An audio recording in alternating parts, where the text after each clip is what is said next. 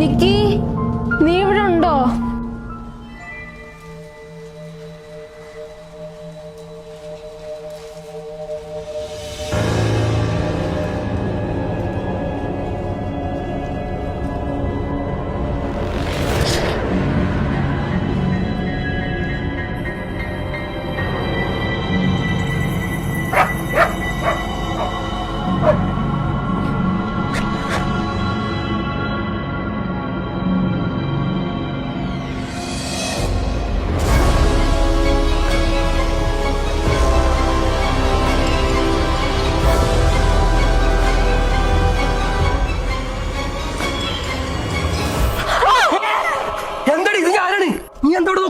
ഞാൻ നിക്കിനെ നോക്കാൻ വന്നതാ.